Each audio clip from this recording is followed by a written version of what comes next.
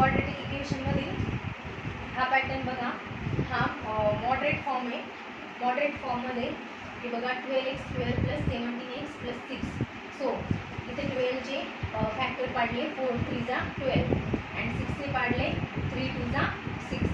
Okay, ते 3 3 जा 9 and 4 2 जा 8 हे दोन फॅक्टर झाले आणि त्यांची ॲडिशन 17 येते. ओके, आणि इथं 12 मल्टिप्लायला आहे. सो 12 ने थ्रू आउट डिवाइड होईल. ओके, सो त्याला कट करून 3/4 आणि 2/3 केलं.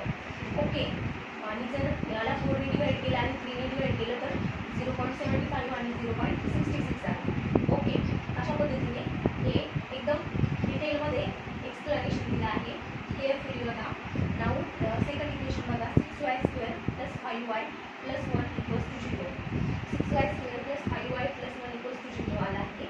6चे फॅक्टर पाडले, 3 आणि 2, 3 2 जा 6. ओके, प्लस आहे इथे तर रूट्स नेहमी मायनस येतील. जर प्लस प्लस असेल तर रूट्स नेहमी मायनस येतील. ओके, आणि 6 हा मल्टिप्लायला आहे इथे. सो थ्रू आउट डिवाइड होईल.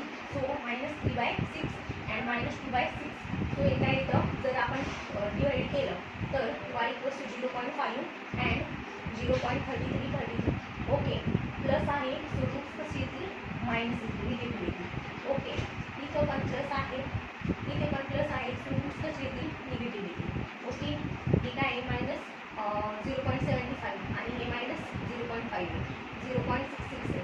ओके, या दोन्हीपेक्षा हे दोन ग्रेटर आहे. सो आन्सर काय येईल, x > y. सो हा मॉडरेट प्रकारात मोडतो. ओके, एकदम detail basic step by step explanation दिलं आहे. केअरफुली बघा. रूट्स कशा पद्धतीने फाइंड करायचे असं क्वेश्चन आल्यावर. ओके, हे मॉडरेट फॉर्म